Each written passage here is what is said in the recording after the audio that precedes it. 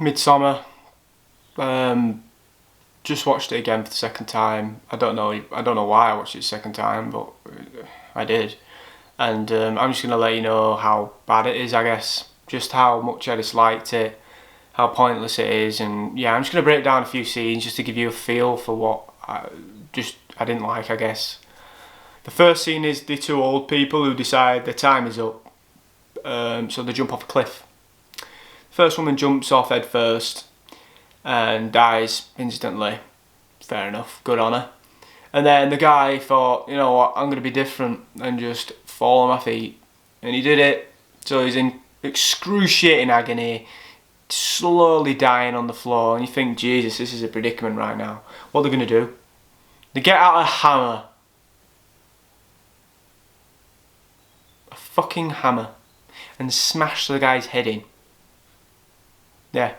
So immediately alarm bells ringing here. I'm thinking, Jesus, what have I got myself into here? What is going on? The whole movie building up to it, I'm not even going to talk about because it's pointless. There's nothing to talk about. And then this happens.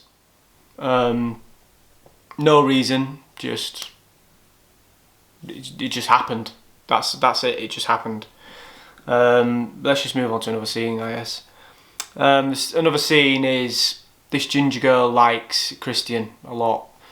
There's a lot of ways you can go about this, you know, ask him on a date, you know, go over and talk to him, get a feel for it, but this girl thought, nah, I'm gonna shave my pubes, put it in a pie and give it to him, let him eat it, then put menstrual blood in his drink, let him drink that, and then put some shit thing under his bed, let him notice that. You know, and I'm acting like this is just completely normal. No, this isn't normal. This shouldn't happen. This is just pointless. This is just a guy, it's like you've given a 10-year-old a piece of paper and let him write down the most sick, weirdest thing they could think of. That's what this film is. It's that, like, who even comes up with that? And why is that even a part of a film that people actually enjoy? It doesn't make sense. And then let's just add to the saga of this ginger girl and Christian. She decides it's time to have sex. So, bear in mind, Christian has no idea about it. So he gets drugged, completely drugged, don't have a clue where he is, drugged off his head. And then she decides she'll just lay down in this shed surrounded by middle-aged women, and then Christian will be drugged off his head, comes in, starts doing the deed, and while he's doing it, these old women who I'd rather not be looking at start going ha ha ha ha ha ha. This fucking film. And then he finishes and she raises her legs in the air with pride, you know, she's gonna have a kid now, amazing. And while this is happening, Florence Pugh's character Danny comes in and she notices. She finds him in the act, you know, and well, she finds him being basically raped, but she don't know that. She thinks he's just cheating on her, and then she's devastated too. So she starts screaming on the floor with devastation while these people go ha ha ha. So yeah, that's another breakdown of scene. Another scene that can be broken down is the deaths of each friend. None of the deaths are shown, they all just disappear, which is, you know, when you watch horror film you actually want to see someone get killed. You don't just want to see them walk off and then not return, because that's pointless, right? Not in this film it isn't, because it happens every time. This couple disappear, just disappear, the couple disappear, and no one even bats an eyelid. Everyone's just like, oh, they must have just left and not told us.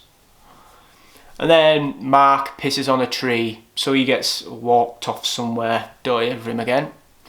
And then the other lad, I can't remember his name, who's doing this university assignment of some kind, wants to go see this book, and as he does, this Mongy look-alike thing comes up to him and starts gurning in his face. Don't know what it is, you don't find out. And he dies. Don't show you his death, but he dies, I'm assuming.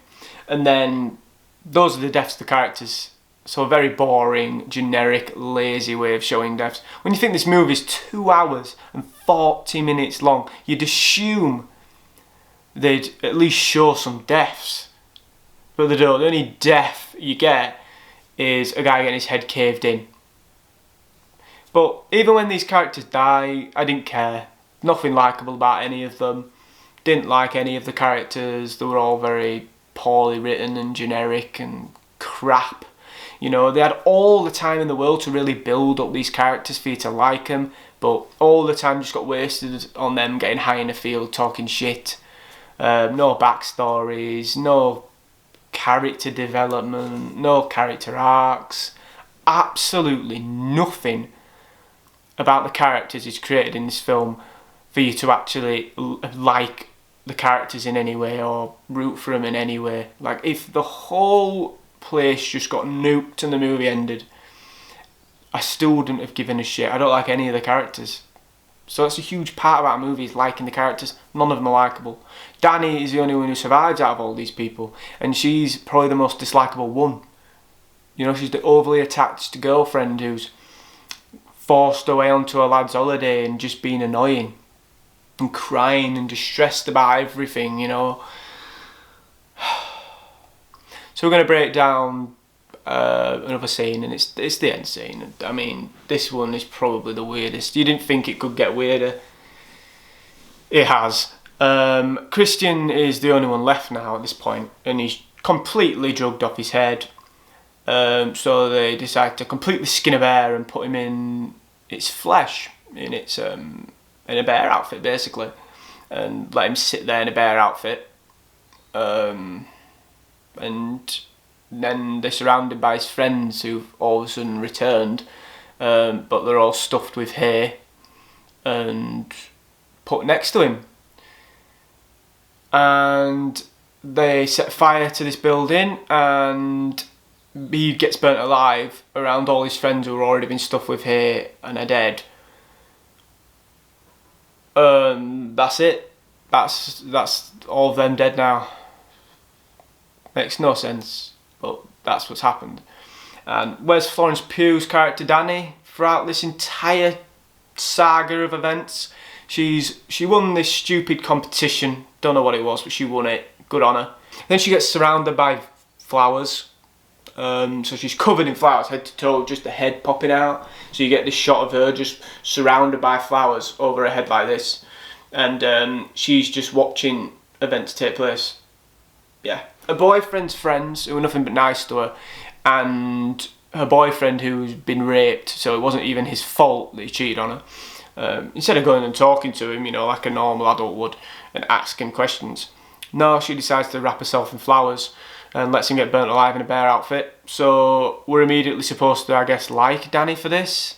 I honestly don't know what direction this was to be taken, because I hated Danny's character. I didn't like her at all. I thought she was shit. And in the end, she's winning after her boyfriend got drugged and raped, and she's now there watching him get burnt alive. I don't know if we're supposed to root for her in there, or I don't know what's happening. I really don't. And she lets off this smile as in like, oh, I'm happy this is happening. And it's just, all she's done is walk around a field crying, getting distressed, and then playing a stupid game and winning it, and then talking to her friends for a bit. They all keep going. She's like, oh, don't even question it. She's like, oh, a few less people now, so yeah, that's weird. And then she gets wrapped in flowers and smiles while her boyfriend gets burnt alive. So that's basically her storyline. Beautiful arc. You know, you'd think something would have happened with her character, but no. They've brought in such a talented actress in Florence Pugh, who's really going to go places. She's a really talented actress. And they've completely demolished any potential they could have had with her.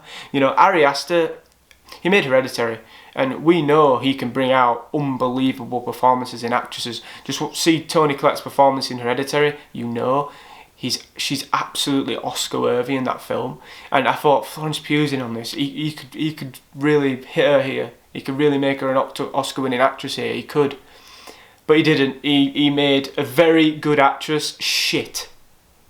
You know, and it really annoys me because Hereditary is one of my favourite horror films of all time. I think Hereditary is a masterpiece. It's a beautiful, beautiful film. So it's gone from one of my favourites to my absolute worst, which is just incredible. How do you even do that?